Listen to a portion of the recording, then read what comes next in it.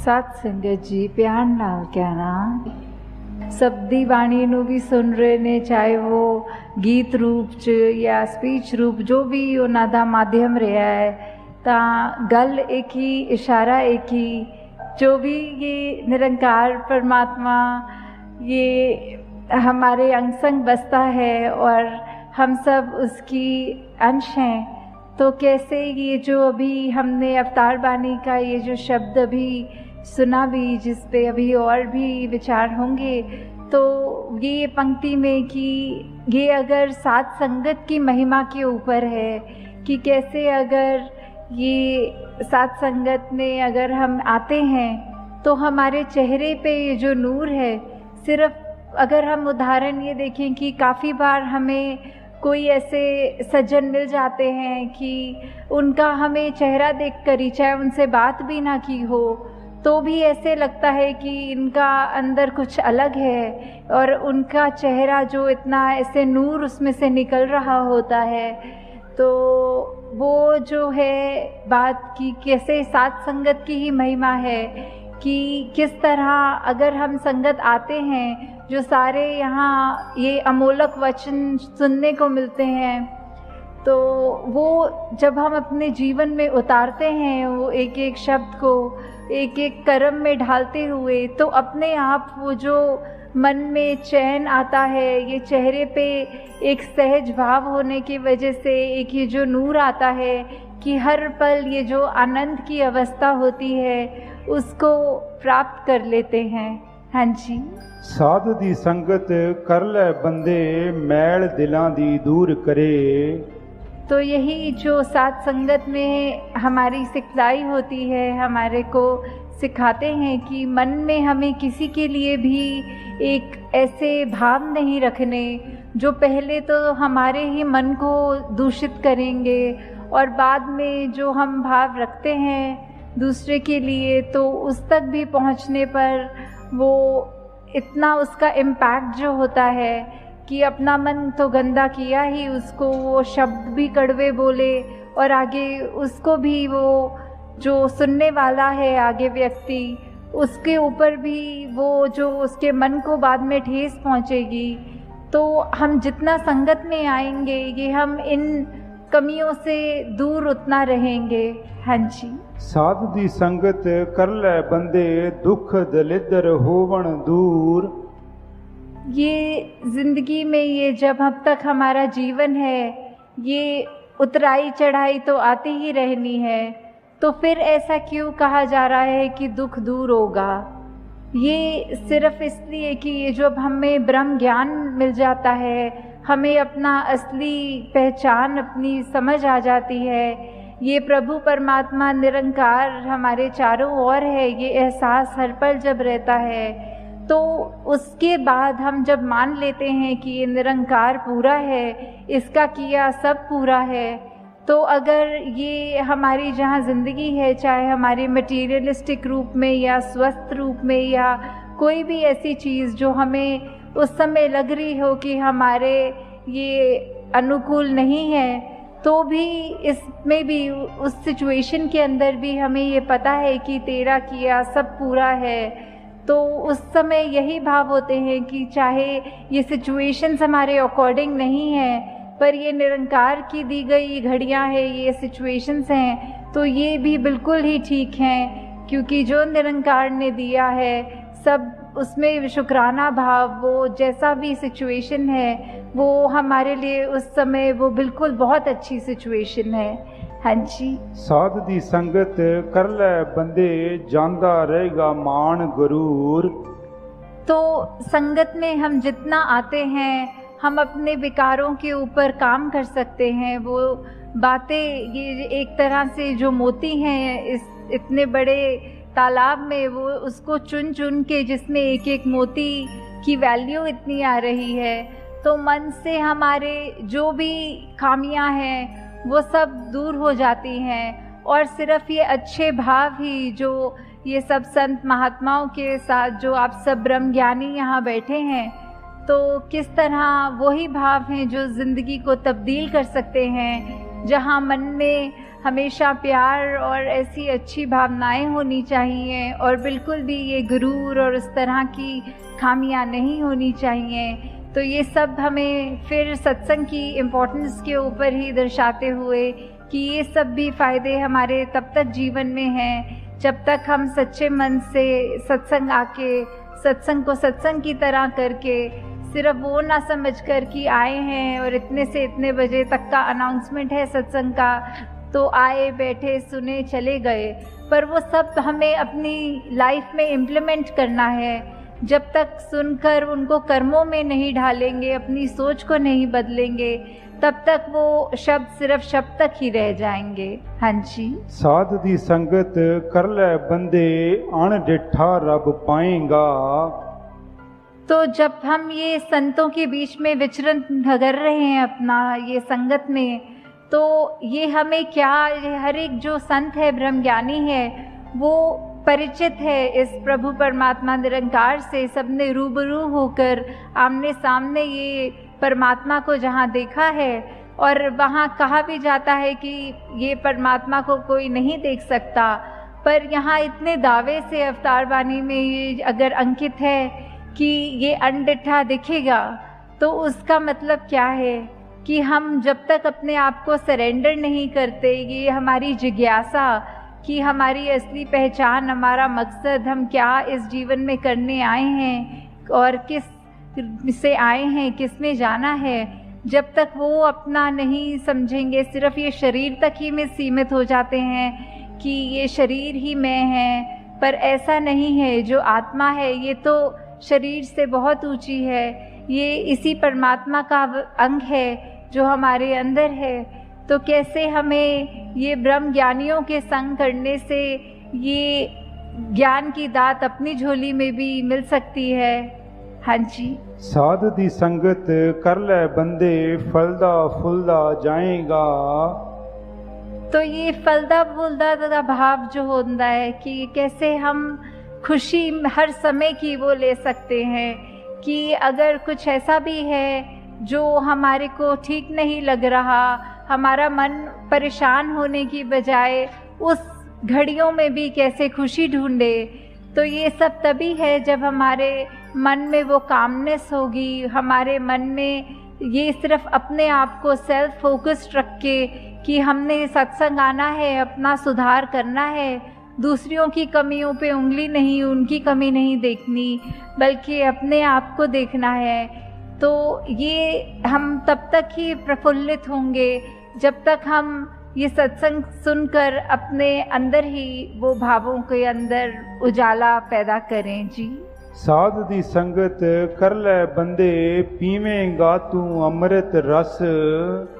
तो सत्संग में हर कोई बोल जो भी बोला जाता है वो अमृत के समान होता है कि कैसे ये जो अमृत है इतनी कीमती, ये ऐसा, वो उसको सिग्निफिकेंस तो अमृत का हमेशा एक होली वाटर जल की तरह लिया जाता है, पर संतों के वचन इतने कीमती हैं कि उनकी वैल्यू भी उसी के समान की है कि अगर जैसे बोला जाता है कि अमृत ले लिया तो हमेशा के लिए अमर हो गए, तो वैसे ही संतों के वचनों को अगर हमने अपने मन से सुना, सिर्फ कानों से नहीं, तो ये मन हमेशा एक खुश रहेगा, हमारी अंदर आत्मा वो अमृत रूप का ये रस लेकर हमेशा के लिए ही कायम दायम रहेगी। जी। साध दी संगत कर ले बंदे हो जान पंजे तेरे वस। तो ये पंजे, ये पांच वो जो हम सुनते हैं कि ये इंद्रियां होती हैं, काम क्रोध मोह लोभ अहंकार, तो ये पांच हमारे ऊपर कैसे कभी कभी हावी हो जाती हैं। किसी ने अगर कुछ कह दिया, थोड़ा सा भी तारीफ कर दी, तो वो मन में अहंकार आ जाता है।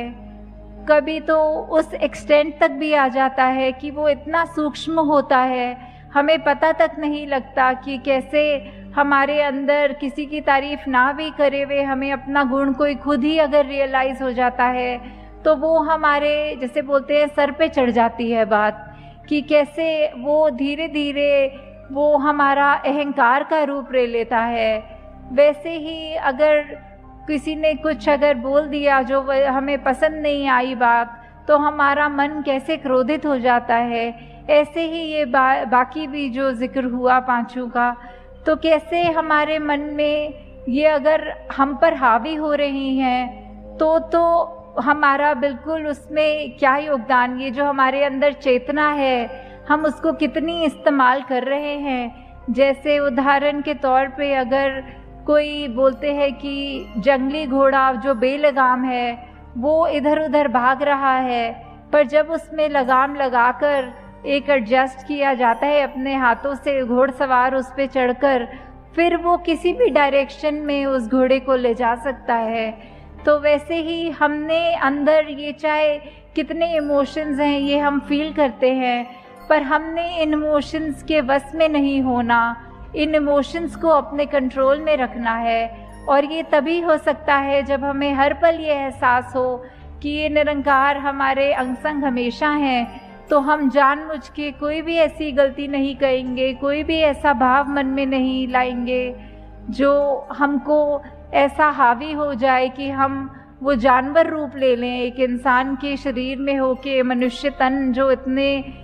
दुर्लभ होता है उसके बावजूद अगर हम ऐसे अपने अंदर डाल देते हैं, ये इनको हावी होने देते हैं, तो ये हमेशा ये एहसास रहे, ये भय रहे कि ये परमात्मा ने जिसने हमको ये शरीर बख्शा है, इसकी सोच, इसके इमोशंस जो बच्चे हैं वो हम नेगेटिव की बजाय अपने आप को एक पॉजिटिविटी की तरफ ले जाएं। जी। साध दी संगत कर ले बंदे कायम दिल दा पारा रहे। तो वही टेम्परामेंट की बात आ रही है, ये पारे की बात, कि कैसे कभी भी हमारा किसी स्थिति में जब देखकर हमारे अनुसार वो नहीं चल रही होती तो मन इतना तंग हो जाता है कि फिर हमको अपने बोलों पे भी कंट्रोल नहीं रहता, हमारे दिमाग में इतना गुस्सा भर जाता है कि हम अपने बिल्कुल चैन गवा देते हैं और दूसरों को भी कठोर वचन बोल देते हैं। तो इस पारे को कैसे कंट्रोल करना है, वो जो सहज भाव की बात की, चाहे ये बैलेंस्ड अप्रोच हो एकदम, कि स्थिति वही बात जैसे पहले भी दासी कह रही थी कि कोई भी घटना हो रही हो हमारे साथ, कैसी भी सिचुएशन हो, तो भी एक रस ये अपने आप को बिठाकर कि मन में कि कोई बात नहीं, हमें दुख में बहुत दुखी नहीं होना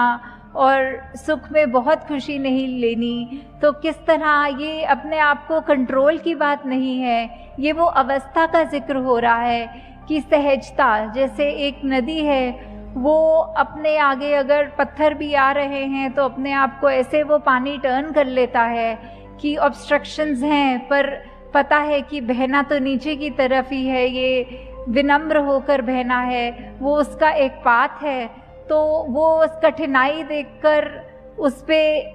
वो नहीं कहना कि अब आगे एक रुकावट है, इतना बड़ा पत्थर है,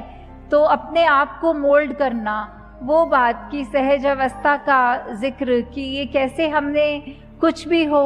अपने आप को ये इस तरफ इंक्लिनेशन नहीं रहनी कि हमारे को नेगेटिव होना है, बल्कि कोई दूसरा सोल्यूशन देख के अपने रिएक्शंस को चैनलाइज करके एक पॉजिटिविटी की तरफ आना है। हाँ जी। अवतार मिले जे साधु पूरा मन नाहे आवारा रहे। तो कैसे ये जो मन की अवस्था की बात है कि कैसे हम पल पल में हमारा मन भटकता रहता है। कभी हम अगर कहीं होते हैं, काफ़ी लोग, कभी हम अपने घर परिवार में भी किसी से बात करते हैं तो एकदम बात करते करते ख्याल ही कहीं और चला जाता है और फिर एकदम ऐसे झटका लगता है जब अगर कोई पूछता है कि आप सुन भी रहे हो मेरी बात की नहीं, तो एकदम पता लगता है कि हम चाहे फिजिकली उस कमरे में हैं, उस व्यक्ति से बात कर रहे हैं, पर हमारा ध्यान भटक गया, हम कहीं और ही अपने वो चले गए। तो ऐसे ही ये जो मन है ये भी किसी भी डायरेक्शन में कभी कहीं पे जब होता है तो कुछ और सोचने लगता है, कुछ और करने लगता है। ये वो चैन, ये सुकून उस समय उस मन से वो गायब होता है। तो कैसे सत्संग के माध्यम से ये साधु का जो संग है, आप सब महात्मा जो इतने उस कोटि के हैं उच्च, तो ये निरंकार सबके अंदर जहाँ बस रहा है, जब हम जितने ज़्यादा इंटरैक्शंस अपने, जैसे बोलते हैं संगत का असर, ये संगत से हमने ग्रहण करनी है पॉजिटिविटी, और वहीं से हमने अपने मन को भी काबू में रखना है, क्योंकि जब तक हम अपने मन पे काबू रख रहे हैं, अपने सोच विचार को ठीक रख रहे हैं, तभी हमारे आत्मा पे भी उसका वही इम्पैक्ट आना है। तो हमने अपने मन को उस तरह कभी आवारा नहीं होने देना, और इस तरह के अपने आप को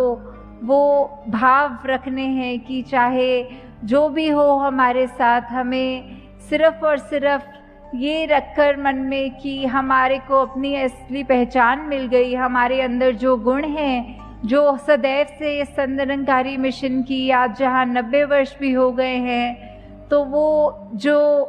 एक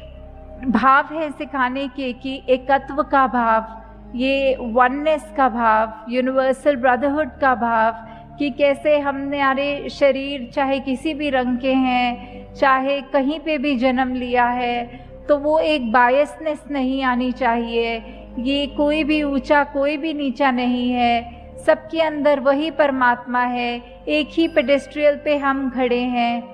तो कैसे हमने भेदभाव वो नहीं करने हैं, सब अपने ये परमपिता परमात्मा अपना, तो परमात्मा की सारी रचना भी उसी समान एक ही पेडेस्ट्रियल पे, तो कैसे हमने हमेशा यही भावों को कायम रखना है कि हम कोशिश करके जितना भी हो सके ये चेतनता को अपनी रखकर कि हमारे अंदर चाहे कोई भी कैसे भी भाव हो, चाहे मन उथल पुथल हो रहा हो, तो हमेशा एक स्टेबिलिटी की तरफ एक वो अप्रोच रखते हुए, वो नेगेटिविटीज़ में ड्वेल ना होते हुए, सिर्फ़ और सिर्फ यही देखकर कि हम जितने the more we are like God as much as we can be, जितने गॉडलीनेस अपने अंदर अपनाएं, जो गुण इस प्रभु परमात्मा के हैं, जो वही गुण हम अपने अंदर जितने भर सकें, बिकॉज़ वो बात वही आती है कि हम एक स्पिरिचुअल बीइंग्स हैं जो एक ह्यूमनली एक्सपीरियंस ले रहे हैं। तो सिर्फ ये शरीर के अंदर आके भ्रमित हो गया ये आत्मा भी कि सिर्फ शरीर तक ही ये कायम है, जबकि उसकी असली पहचान तो बहुत ही एलिवेटेड है। शरीर ने तो एक दिन ख़त्म हो जाना है, पर ये आत्मा का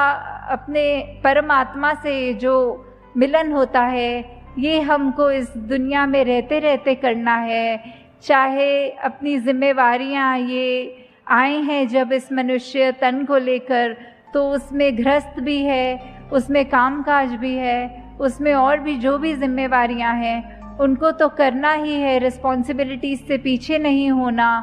पर साथ ही साथ ये याद रखना है कि हमारी प्रायोरिटी क्या है, ये हमने जन्म क्यों लिया है, हमने अपनी आत्मा को रिफाइन करना है। ठीक है, शरीर का जहाँ ध्यान रखना है वो तो रखना ही है कि ये परमात्मा ने जो शरीर हमको बख्शा है, तो वो चाहे एक्सरसाइज का फॉर्म करे या जैसे भी, कि हमें अपने उस तन को जितना एक्टिव रखेंगे उतना ही हम वो जस्टिस कर पाएंगे कि ये हमको मिला है बीमारियों से दूर रह के। फिर भी असल बात ये है कि आत्मा का ही ये सारा खेल है, तन ने तो एक दिन ख़त्म हो जाना है, पर जब तक हमारा ये लाइफ स्पैन है, हम क्या कर रहे हैं उस तन के साथ। क्या हम, अगर कोई कष्ट है, हम अपनी सोच विचार कैसे रख रहे हैं। ठीक है, एक रिस्पॉन्सिबिलिटी अपने शरीर की तरफ कहती है कि डॉक्टर पे चले जाओ, अपनी मेडिकेशन कराओ, पर अगर उसके बाद भी ये तकलीफ़ जारी रहती है, या फिर कभी ऐसे धन की बात भी आती है कि आर्थिक वो इतनी स्टेट ठीक नहीं हो, तो भी हम अपनी मेहनत से वो गुरेज ना करें, हम मेहनत पूरी करें, डॉक्टरों पे जाएं, पर फिर भी अगर हमारा कष्ट दूर नहीं है तो उसमें हमें ये शिकवा बिल्कुल नहीं करना निरंकार से, परमात्मा से, कि हमको क्यों ऐसा कष्ट मिला, हमने ऐसा क्या किया। वो हमें शिकवा नहीं करना, सिर्फ शुक्राना करना है कि दातार, हो सकता है हमारी तबीयत और बिगड़ सकती थी, पर शुक्र है सिर्फ इस छोटे में ये तकलीफ़ काट रहे हो, इसी में ही शरीर का गुजारा हो रहा है। तो वही बात, अपने मन को भी उस तरह काबू रखना कि चाहे हम अपनी कोई खामी देखें भी तो अपने आप को इतना ना कोस लें कि एक वो डिप्रेस स्टेट में ले आए कि हमारे अंदर तो बहुत कमियां हैं, पर वो अप्रोच रख के कि हाँ, अगर हमें समझ आ गया है कि हमें अपने लाइफ के कितने एस्पेक्ट्स पे कहाँ कहाँ काम करना है तो